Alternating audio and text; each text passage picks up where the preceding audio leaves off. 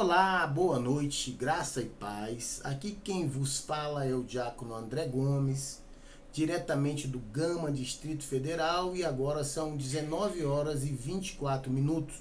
Falo direto do canal Mais Cristão é Bíblico, e hoje nós vamos dar continuidade ao trabalho do Sermão do Monte, né?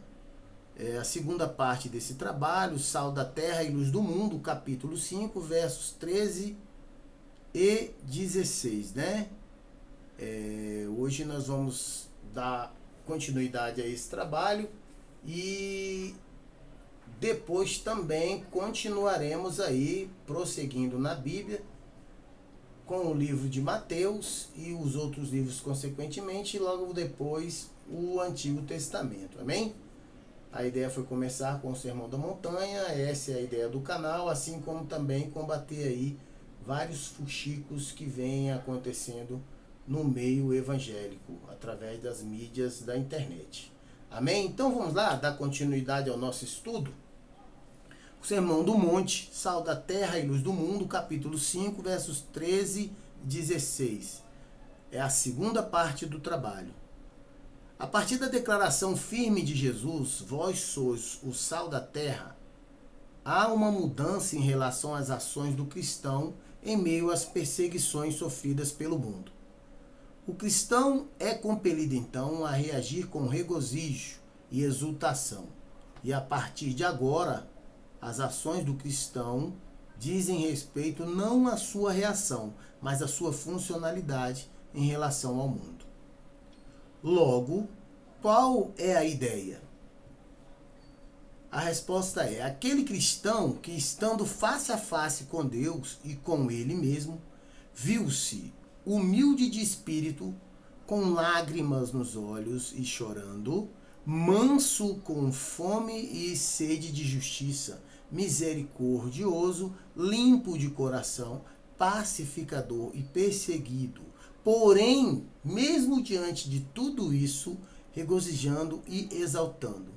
Por certo, então, esse cristão, estando em relação com o mundo, há de ser sal da terra e luz deste mundo, fazendo assim a diferença. Ou seja, a condição para ser sal da terra e luz do mundo é ser bem-aventurado na forma descrita por Jesus. Então, é nas bem-aventuranças que reside a função do cristão em relação ao mundo. A didática de Jesus, então, é bem esplêndida, muito maravilhosa. Jesus Cristo dá início a essa parte do Sermão da Montanha com uma declaração penetrante, envolvente, comprometedora e de muita responsabilidade para os cristãos. Vós sois o sal da terra. No próximo versículo desta feita, voltada para a luz, essa declaração é reproduzida. Vós sois a luz do mundo, o que confere a essas declarações responsabilidade e comprometimento tão tênues. Essas declarações de Jesus carregam o seguinte sentido: vós, os cristãos, e somente vós, sois o sal da terra. Vós, os cristãos, e somente vós, sois a luz do mundo. Dito de outra forma, os cristãos e somente os cristãos, pela graça de Deus, através das bem-aventuranças, preenchem as condições para serem sal da terra e luz do mundo. Logo, todos os cristãos são sal e luz do mundo. Amém?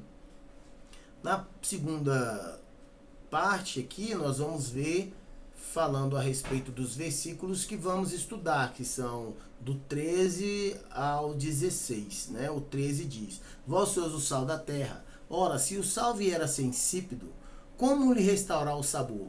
Para nada mais presta, senão para lançado fora, ser pisado pelos homens. O 14: vós sois a luz do mundo, não se pode esconder a cidade edificada sobre um monte. 15: nem se acende uma candeia para colocá-la debaixo do alqueire, mas no velador, e alumia a todos os que se encontram na casa. 16: assim brilhe também a vossa luz diante dos homens, para que vejam as vossas boas obras e glorifiquem a vosso Pai que está nos céus. Amém? Então, no versículo 13, para ser bem sucinto, nós vamos já direto ao 13. Jesus está dizendo que o espaço de vida do mundo é caracterizado por ser insípido, sem sabor, desagradável e entregue à deteriorização, podridão, imundícia, poluição e sem luz. A resposta que o cristão deve dar às pessoas que vivem nessas condições deploráveis é a de ser sal da terra e luz do mundo, conquanto esse seja o estado em que vivem as pessoas sem Deus. Os que não são cristãos, Jesus Cristo não proclama o afastamento e distanciamento deles, de nenhuma dessas pessoas. Ao contrário, assim como o Verbo se fez carne e habitou entre nós, cheio de graça e de verdade, e vimos a sua glória, glória como unigênito do Pai.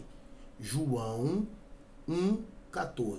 Jesus Cristo comissiona cada cristão para que seja cidadão da terra e do mundo, paramentados como sendo sal e luz, a fim de ser instrumento de Deus para que em Jesus Cristo a realidade da vida das pessoas seja alterada para agradável, saborosa, saudável e nelas brilhem a luz do Evangelho de Jesus. A necessidade que o mundo estampa de carecer de sal e de luz pode ser vista tanto de forma negativa como positiva. Jesus Cristo disse que o cristão vive em condições saturadas de injúria, perseguições, mentiras e maldades. Mateus 5, 10, 12. Mas Jesus disse também que mesmo nessas condições, deve o cristão sempre apresentar uma proposta alternativa de vida. Perceba que o cristão está na mesma condição do não cristão e por aceitar Jesus Cristo como Senhor e Salvador, age de forma a suportar e entregar seus problemas para Deus através das bem-aventuranças. Isto é, por meio do cristão, essas condições devem ser sobrepujadas com as virtudes da humildade de espírito, do choro, da mansidão, da fome e sede de justiça, da misericórdia, da limpeza de coração e da pacificação. Mateus 5, 2, 9. Ainda no 13, no versículo 13 diz: nessas condições reside a função do cristão no mundo em que vivemos. Essa é uma função individual de cada cristão no mundo. Em cada lugar que ocupe, os traços do seu caráter cristão devem ser manifestados. Essa é a função da igreja também em nosso mundo. As enfáticas declarações de Jesus Cristo não deixam nenhuma dúvida de que ao ocupar os lugares infeccionados e doentes do mundo, os cristãos devem ser caracterizados por uma evidente, incontestável e visível diferença entre eles e os não cristãos. Os cristãos devem ser tão diferentes dos seus semelhantes que não creem, como Jesus Cristo era claramente diferente das pessoas do mundo. Nos cristãos devem existir as bem-aventuranças que os diferenciem de todos os que são cristãos. As virtudes precisam ser reconhecidas na vida dos cristãos e, sem os erros, eles precisam ter as vidas modificadas em suas essências. A perda da funcionalidade dos cristãos no mundo faz com que a vida cristã não sirva para nada, senão para lançada fora, ser pisada pelos homens. O retrato geral do mundo apresentado nas bem-aventuranças indica que a atuação do cristão nesse mundo tem a funcionalidade de diminuir ou estancar o progresso do estado de putrefação e de trevas em que se encontram as pessoas sem Deus. Jesus Cristo é, portanto, o fundador de uma comunidade alternativa e, em função disso, caso as vidas dos cristãos, no exercício da sua funcionalidade no mundo, que é ser sal da terra, vier a ser insípida, ou seja, perder as suas características básicas de serem proclamadores proféticos com palavras e vidas, no sentido de não harmonizar com as obras que aprofundam o estado de putrefação dos seres humanos. Então Jesus Cristo diz que esse tipo de incursão no mundo é ser sem valor algum, né? É não ter funcionalidade. Amém?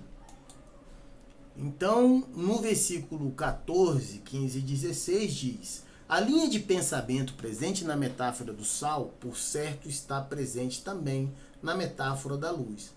Na metáfora da luz, o contraste luz, o sistema de vida dos cristãos, e trevas, o sistema de vida do mundo.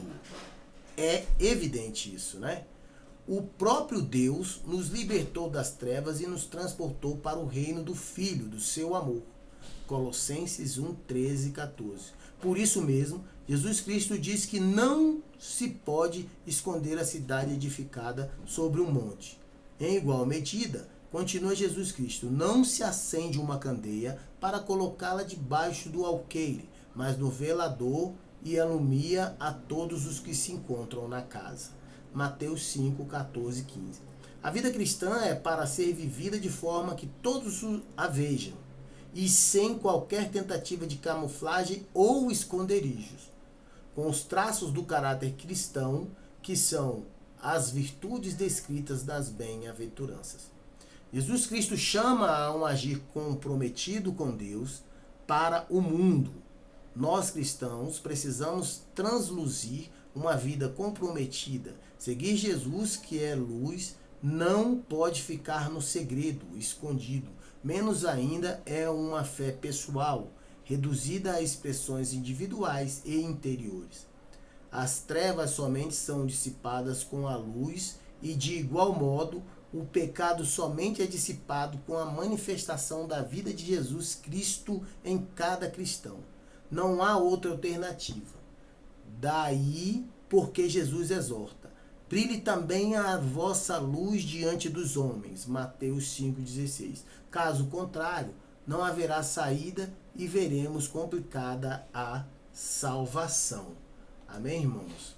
Já aqui no nosso final do Sermão do Monte, dessa segunda parte do trabalho, nós chegamos à conclusão. A primeira: o regozijo nas tribulações e as metáforas do sal da terra e da luz do mundo nos ensinam sobre o certificado de autenticidade dos cristãos, e também que os cristãos e os não cristãos são diferentes, individual e comunitariamente.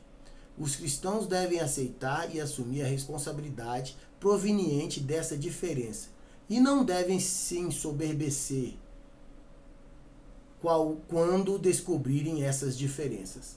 Lembrando-se sempre que a humildade é uma das primeiras virtudes que precisa fazer parte da responsabilidade, pois essa responsabilidade somente cumprirá a sua funcionalidade se as virtudes descritas nas bem-aventuranças estiverem presentes na vida dos cristãos. Na segunda parte da conclusão diz: lembre-se de que Jesus nos incentivou a ser o sal da terra e a luz do mundo, logo depois de ter ensinado as bem-aventuranças. As características cristãs que nos ajudam a nos tornarmos mais semelhantes a Ele, Mateus 5, 3, 12, precisam buscar maneiras de viver e ter as bem-aventuranças para que possamos ser semelhantes a Jesus Cristo em nossas ações e atitudes, para ajudar e incentivar outras pessoas a se achegar ao Pai. Precisamos perceber as coisas que podemos fazer para sermos um exemplo da retidão do Salvador para outras pessoas.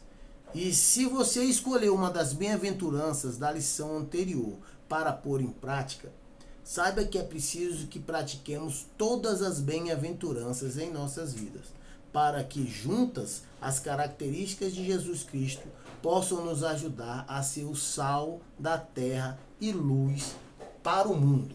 Amém? Então essa é a segunda parte do trabalho, que fala aí dos capítulos 5 e apresenta os versículos 13 ao 16. Né? Espero que todos os irmãos tenham uma fácil compreensão desse trabalho. Espero também que os irmãos nos ajudem fazendo a inscrição no canal, dando like e ativando o sino, para que nós possamos continuar com esse trabalho. É um trabalho simples, é para Jesus, é para os irmãos. Acredito que quando faço esse trabalho, sou bastante edificado em Jesus, em sua palavra, e a intenção é essa, poder edificar de alguma forma, mesmo que simples, né, os irmãos que precisem de ajuda, né? Nós trabalhamos por conta própria, trabalhamos porque Deus mostrou que precisava desse trabalho, e assim como ele ordenou que o fizesse, eu estou fazendo. Volto a repetir, de uma forma simples, mas eu creio que as coisas de Deus são desta forma, simples e fácil de compreensão, né, e sem interesses escusos. Amém? Uma ótima noite, graça e paz para todos os irmãos, que Deus continue nos abençoando. Nós estamos aqui no canal Mais Cristão é Bíblico, com a certeza de que Deus está nos abençoando e que vai incentivar cada vez mais esse trabalho. Graça e paz, uma ótima noite e bons estudos. E vamos ler a Bíblia, vamos estudar a Bíblia para que haja entendimento e nós possamos afastar, assim, o falso profeta, o falso mestre, o anticristo. Amém? Ótima noite, graça e paz.